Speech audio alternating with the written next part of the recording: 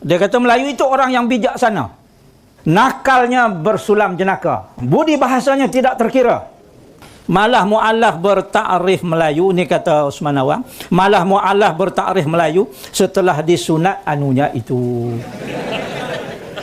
Ni bukan saya tambah lah, ni memang betul-betul ada dalam sajak Osman Awang tu. Saya nak kongsi juga satu sajak yang saya rasa sangat menarik oleh sastrawan negara kita, arwah Osman Awang. Macam mana dia mendefinisikan Melayu. Dia kata Melayu itu orang yang bijaksana. Mana kalau tak bijak kan Melayu? Tengok nampak bengong macamnya bukan Melayu.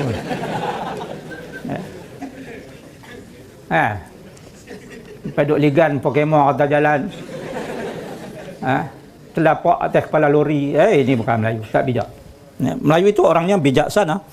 Nakalnya bersulam jenaka. Mana orang Melayu ni suka bergurau, suka melawak. Kalau dia serius daripada beranak sampai mati, itu bukan Melayu.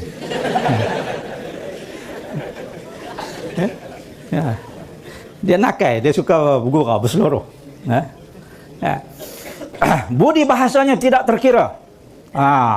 Bab budi bahasa ni nombor satu. Kurang ajarnya tetap santun. Kurang ajar juga. Budak-budak lah ni kan kata kurang ajar. Sikit-sikit kurang ajar. Student suka kata macam tu. Dia fail. Kurang ajar pensyarah ni. Pensyarah boleh kurang ajar. Kurang ajarnya tetap santun. Jika menipu pun masih bersopan. Ini nombor satu.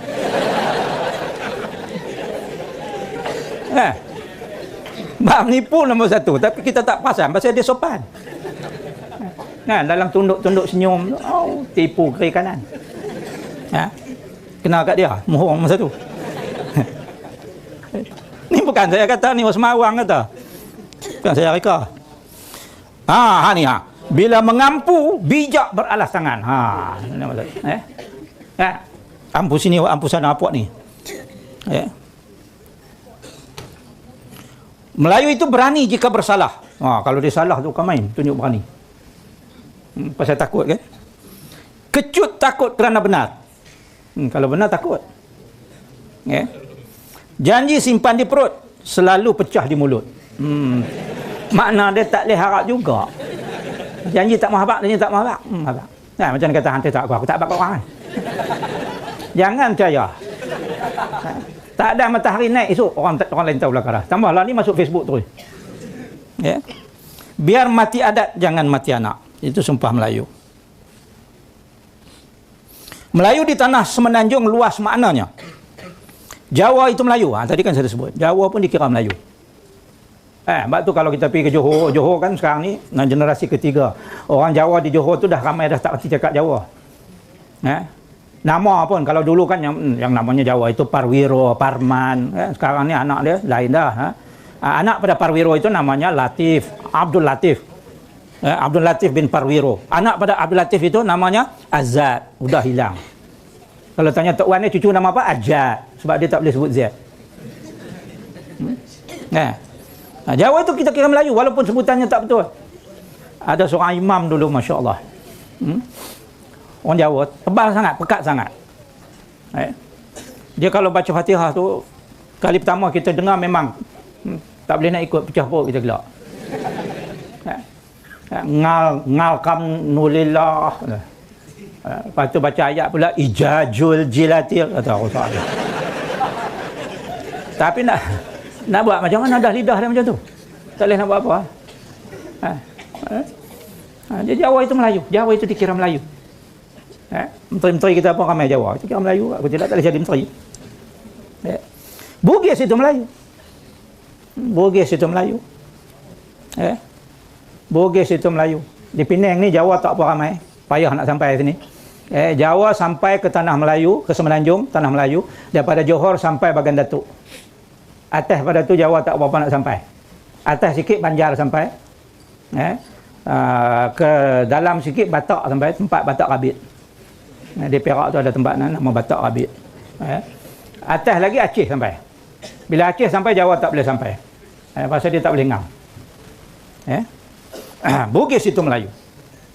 Kita tahu dalam sejarah kita, terutama di Johor dan Selangor, paling kuat dipengaruhi oleh Bugis. Sampai Sultan pun sekarang Bugis. Bugis. Sultan Johor itu Bugis keturunannya. Sultan Selangor itu pun keturunannya Bugis. Bermula daripada Daeng, Opu Daeng 5 saudara. Daeng Parani, Daeng Celak, Daeng Merewah. Baca sejarah lu ingat tak? Daeng Parani matinya di Sungai Petani. Dikebumikan di Sidim. Kau tak tahu? Allah tak tahulah pula, dekat je. Cuba pergi tengok. Itu sejarah Bugis itu. Banjar juga disebut Melayu. Bukan Serai ramai. Banjar. Banjar kan? Tengok senyum pun tahu. Banjar. Banjar pun disebut Melayu juga. Minangkabau memang Melayu. Minang. Kalau dulu Minang tak disebut Minang, disebut Siak. Kerajaan Siak. Itu Minang. Orang Minang ni dia sama dengan orang Kelantan. Dia tak boleh duduk dalam negeri dia. Dia suka mengembara. Macam orang Kelantan lah. Sebab tu kalau kita pergi Kelantan, tak ramai orang lelaki. Yang ramai orang perempuan kan. Orang lelaki ada di mana? Kuala Lumpur, Singapura. Raya pekat balik. Jam habis 3 hari baru sampai. Dan oleh kerana perangai orang Minang ini suka berjalan lah. Kalau kita pergi ke Indonesia, hari ini pun paling senang kita nak makan, cari rumah Minang. Rumah makan Minang. Pergi Bali nak makan payah kan. Pakai songkok tapi angkat babi. Kita nak makan tak lalu, carilah rumah makan Minang. Sebab orang Minang memang Islam. Dan kebanyakan thinker, ahli fikir yang mempengaruhi percaturan politik di Indonesia itu terdiri daripada orang Minang. Barangkali sebab dia banyak berjalan, dia banyak pengalaman, dia sangat kritikal. Sebab itu kalau kita lihat daripada dulu Presiden Indonesia, biasanya dia punya running mate, wakil presiden adalah orang Minang. Sampailah ke hari ini. Hari ini kan Jokowi Dodo. Itu presiden. Wakil presiden, wapresnya siapa? Yusuf Kala, Minang. Dalam sejarah orang Minang tak jadi presiden, tapi dia jadi running mate, wakil presiden. Inilah thinker di belakang presiden. Hamka, tahu Hamka? Haji Abdul Malik Karim. Dia orang Minang. Saya sebut Hamka ni sebab inilah satu-satunya orang yang menghasilkan, ulama yang menghasilkan kitab tafsir di Timur Jauh, maknanya di alam Melayu. Itu Minang. Minang memang Melayu. Aceh pun Melayu. Aceh memanglah ramai mari sini kan. Sebab tu kalau 1786 katanya, tahun 1786 Francis Light found Penang, pembohong. Dia pula found Penang. Sebelum tu Penang hilang ke mana? Tiba-tiba ada jumpa Pulau Pinang. Sebab sebelum dia sampai sudah ada orang Aceh duduk di situ, perkampungan nelayan. Dan excavation menjumpai bahawa kubur Datuk Keramat di pulau itu jauh sebelum abad ke-16. Maknanya sebelum British datang sudah ada penempatan. Biasanya orang Aceh. Sebab daripada Aceh sana dia mari kan, ni selat aja. Dia singgah, ada yang duduk situ, ada yang mari ke seberang lagi ke kawasan Yan di Kedah. Sebab tu kalau pergi ke Yan itu ada kampung Aceh. Saya pergi ke Aceh, ada kampung Kedah. Dia ada MOU, tukar suka sama suka.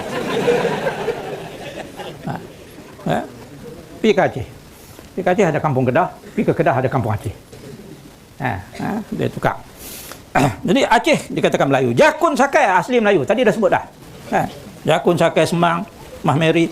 Arab Pakistan semua Melayu.